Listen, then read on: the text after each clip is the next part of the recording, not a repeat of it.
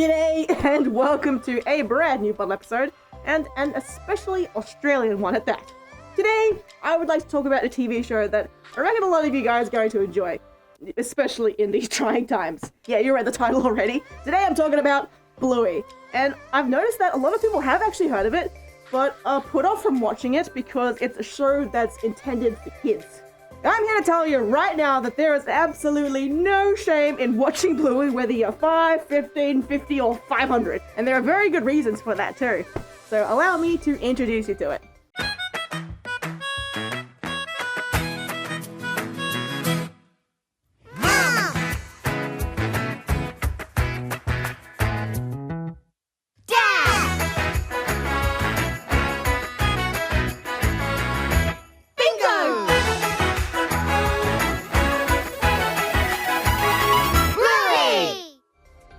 Is set in my very own home country of Australia, but everybody is an anthropomorphic dog. We follow the day-to-day life of a family of blue heelers. You've got Mum and Dad, Chili and Bandit, and their 4 and 6-year-old daughters, Bingo and Bluey. The show may be named after Bluey, but honestly, the whole family gets the spotlight. Bluey and Bingo have the wildest imaginations and are always coming up with brand new games to play, and Chili and Bandit are always willing to join in and commit 100%. Even when the neighbors give them some funny looks for doing so. Their lives are full of shenanigans, wholesomeness, growth, community, and so much more. The show was produced entirely within Australia, and it has been making quite the impact here. It premiered in 2018 on ABC Kids, and throughout the whole year, it was the most watched kids show across every channel. When season 2 premiered, it had over 1.2 million views through its 28-day run. It won a Logie Award for the most outstanding children's program. It won an ACTA Award for best children's program, and more. And all this success caught the attention of family programming overlord Disney. And Disney wanted to bring it to the rest of the world through Disney+. However, Bluey is a very, and I mean a very Australian show. Like, the creators actually had to put their foot down when international networks wanted to dub over all the voices with American and English accents. Like, they really had to fight to keep the Aussie ones, and I am so glad they did. How perfectly they nailed the Australian setting is one of my most favorite things about it. Like, they don't specify where in Australia they are, but judging by the environmental factors, it looks to be a suburb near Brisbane. Everything from the trees full of screaming lorikeets, watching the fruit bats fly overhead at dusk, the radical street performers. They even went to Bunnings and got a snag at the sausage sizzle. I mean, yeah, well, in the show they have to call it Hammer Barn because, you know, copyright and stuff, but all us Aussies know that's a Bunnings. Hey mate, where are your pizza ovens? All 300 left at the fake grass. If you hit a flamingo, you've gone too far. It honestly feels incredible to have an environment that I am so familiar with be portrayed so perfectly in an animation. Even right down to the dumb stuff that we used to do in primary school that I had completely forgotten was a thing. Mom, Yes? open the lid. Okay. Stick your finger in. Now wiggle it round. Okay. Take it out. Now close the lid. Thank you for cleaning my toilet. What?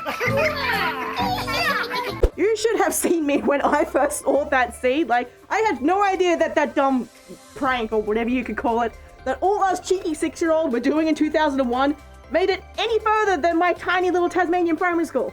There are just such random parallels to my own childhood sprinkled about Bluey that it just blows my mind. The creators have made a lot of incredibly good decisions while making Bluey, one of which was they didn't just want the show to be enjoyable for kids, they wanted it to be enjoyable for the parents that were watching it as well. And the creators themselves are adults. They wanted to create something that not only would they enjoy making, but they'd get to enjoy watching too.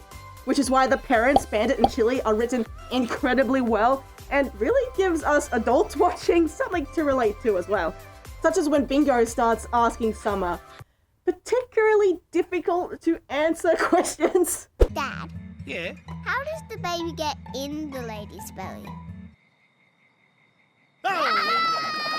Honestly, the slice of life stuff in Bluey is amazing. Like, one of my favorites is when they all go to the post office because Bandit needs to change the address on his ID card. And the guy at the counter's like, alright mate, no worries, give me 2 forms of ID. And Bandit's like, 2? and he's got like his gym card, his library card, and he's not accepting any of it. Like, I know that seems like such a mundane thing to point out, but like, I've definitely had similar experiences trying to update things at the post office. It was just such a pure, normal moment of regular adult life, but being portrayed by Australian cartoon dogs.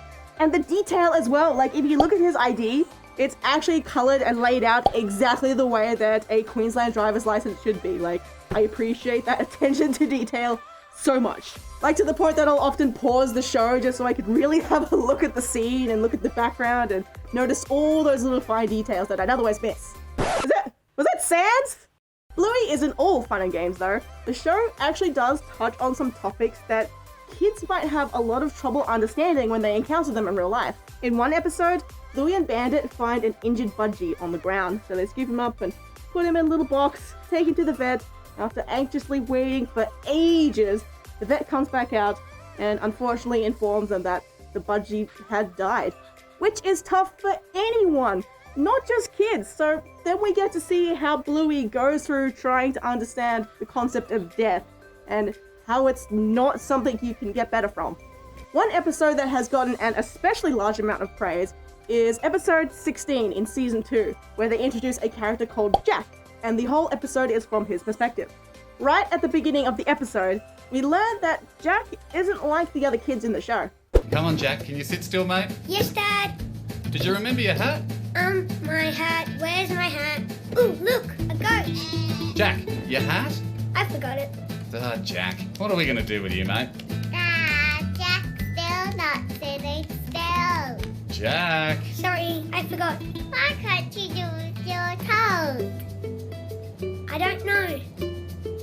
Oh my heart, Jack, you poor precious bean. While it's never directly specified, we can see from the episode that it is very likely that Jack has attention deficit hyperactivity disorder, or ADHD. It's estimated that 1 in 20 kids in Australia have ADHD. So for a show to represent them in such a realistic and positive way is incredible. Through the rest of the episode, we see Jack learn a lot more about himself with his brand new friend, who helps him to find ways to overcome a lot of the stuff that he would normally struggle with. It's an amazing episode. But it's not just Bluey's writing is amazing. Come on, how could we not talk about that art style? I love that they have decided to stick with 2D animation, and their art direction is on a whole new level.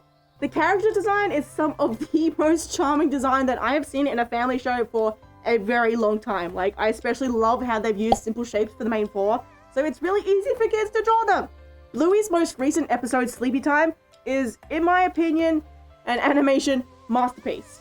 Bingo is dreaming about being in space, but as she moves about in her dream, she's also moving about in real life. So we get to see how reality is paralleling the dream. Like at one point, she starts getting upset, but then is suddenly thrust throughout the cosmos and ends up at this nice big warm sun. And as she's sitting there and basking in all its warmth and amazingness, we snap back to reality, and turns out that the sun was actually her mum's cuddle.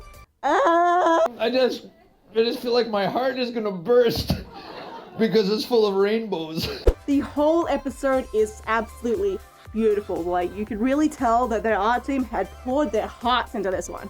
So if you would like to go watch Bluey, for Australians, it's actually free to watch on ABC's iView. That's their like video on demand app service website thing. And for the rest of the world, you can watch it on Disney+. There's also Bluey's official website, bluey.tv, where you can watch some clips, have a look at their crafts and activities to try, learn about the characters. Oh my god, I love Snickers, he's so long. Shop for their merch, or even play some of their games. Like, you know, not to brag or anything, but I'll have you know that my Keepy Uppy record is 515. All in all, Bluey is an incredible show that I don't think the world knew it needed, and I feel incredibly proud that it came from my home country of Australia.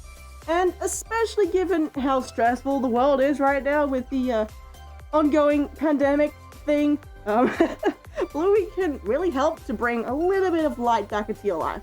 And I have no doubt that Bluey is going to bring rise to a brand new generation of furries, so we've got that to look forward to as well. Alright, thank you so much for watching. Please leave me a comment below. Let me know if you've watched Bluey before, and if not, tell me what shows have been occupying you in the current worldly situations. Hope you're staying safe and stay awesome, and I will see you in the next video. Bye! This month's anniversary shoutouts go to Moonha, who has been here for 3 whole years. Then for 2 years, we've got Luke Morfitt, Aurora Lionheart, Chichi's a Kitty, Erasia, and Beaton. Then for 1 year, we've got Steamworks, Akina Luna Twilight, Frey the Dutchie, Blue Fox Dog, 8-Track, and Hunter Wolfston. Thank you guys so much for so much support.